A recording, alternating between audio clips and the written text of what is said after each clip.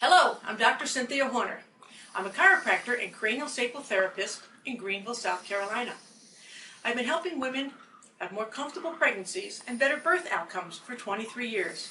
And what I have learned is gentle stretching and toning of muscles in the second and third trimester is of great help. Terry is 22 weeks pregnant with twins. She has volunteered to help me demonstrate these exercises for you. All right, our first exercise we'll be doing over here on the floor. The first exercise is a pelvic tilt. Your pelvis is made up of your pubic bone, your two hip bones, and a bone in the back that's movable. There's 4 joints, and this exercise helps stretch and exercise all of those joints, including where your last lumbar vertebrae sits on your pelvis. Hands are directly underneath your shoulders, and that your knees are directly underneath your hips. It's very important to breathe. By the way, this position is excellent for the baby, that it makes a little hammock for the baby, and it takes the pressure off your pelvic floor. So just sitting or getting into this position and doing nothing is excellent for you and baby. But we're going to have Terrell take a deep breath in. On the out breath, she's going to drop her head in her pelvis and pretend there's a string right on her low back pulling it up. Hold that for a breath or so. Then she'll take another breath, and on the out breath, bring her head back, her pelvis back to neutral position, never going lower than neutral position. Once again, breath in. Be sure you're doing the out breath as you do your movement. Head drops down, tail tucks under as her low back pulls upward. On the out breath, she comes back to neutral position. This is a pelvic tilt done on all fours. The second variation of pelvic tilt is done on your back. I'm going to have Terry bring her arm up here so you can see the important part of what her hips and low back are doing. On your back with your feet about hips distance apart. Breathing is very important in this position. You're going to take a breath in, let that breath out, and bring your belly button down to your spine and just hold it there. Another breath in. And when you let this breath out, you're going to bring your belt down to the floor as you bring your tailbone up, as if you're trying to slide a piece of paper under there. And hold that for about 3 breaths. On another out breath, let it relax down to the floor. You're not lifting your whole buttocks off the floor, pressing your belt down as you lift your buttocks up just enough to slip a piece of paper under there. Let's have Terrell do one more on her own. Breath in. Have Terry do one on her own. Breath in, bring your belly button to your spine. On her next breath, she'll push her belt line down to the floor as the edges of her buttocks where it meets her leg rises up. Hold for a few breaths, and then on an out breath, release. Excellent. The third pelvic tilt is done standing.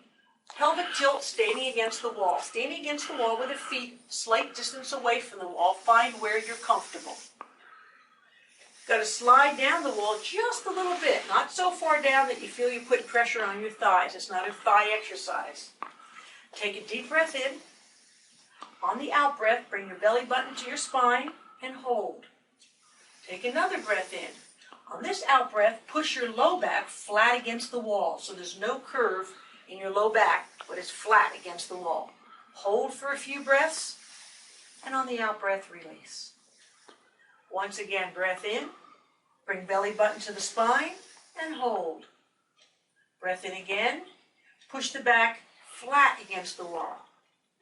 Hold for a few breaths, and when you're comfortable, on the out breath, let it just release. And stand up. Okay? Those are the 3 variations for the pelvic tilt. The next exercise is for posture. Many times as the baby gets heavier in the belly and pulls the center of gravity down, it will pull the belly down and the chest down and bringing the head forward. This is the kind of posture you end up with.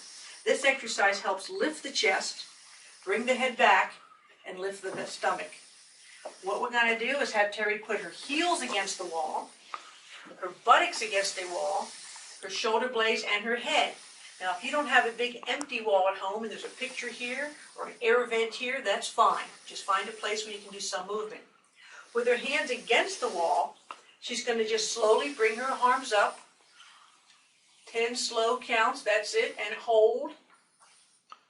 While her head's touching, shoulder blades, buttocks, and heels, nothing comes off the wall. For 10 slow counts or 10 Mississippis. We're about at 7 Mississippi, 8 Mississippi, 9 Mississippi, and 10 Mississippi. And slowly bring those arms down. Let's watch Terrell do that again on her own. And on the out breath, arms up and stop when you get to the position if your arms were the arms of a clock at 10 o'clock and 2 o'clock. And holding that for 10 seconds.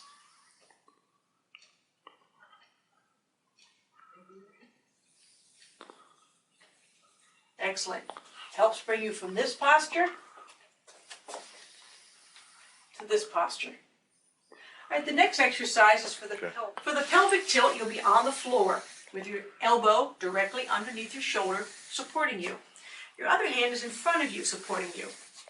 Bring the knees back as much as you're comfortable, and as you get further along in pregnancy, that will be harder to do. You want to have as much as possible a straight line between the knees and the shoulders. With the ankles together, on a slow 5 count, lift the knee. And when you get to the very end, a slight squeeze of the buttocks, pushing the sacrum forward. Slow 5 count, back down again. Let's have Terrell do another one for us. Slow 5 count up. At the very end, a slight squeeze of the buttocks, pushing the sacrum forward. And back down. And repeat that anywhere from 3 to 5 times. Be sure to do it on both sides. So when you get done, you roll over, sit up the same way, opening up your other leg on a slow 5 count and back down. And our last exercise, the last of our 5 exercises, is for the psoas muscle. I've attached some pink paper onto the spine to show where the psoas travels. It starts being attached to the upper low back vertebrae, travels down and hooks to the inside of the leg. When this muscle contracts or gets small, it pulls the leg up. That seems all well and good, but we sit so often that this muscle gets very contracted and pulls on the low back. This exercise is to stretch the very important psoas muscle. It's done on a bed, a bench, or a massage table. So say it's just a bed that you have. Lay on your bed, in the middle of the bed, and then scooch to one side of the bed so about a quarter of your buttocks is hanging off the bed. Be sure your shoulders are in the center so you don't feel like you're falling off.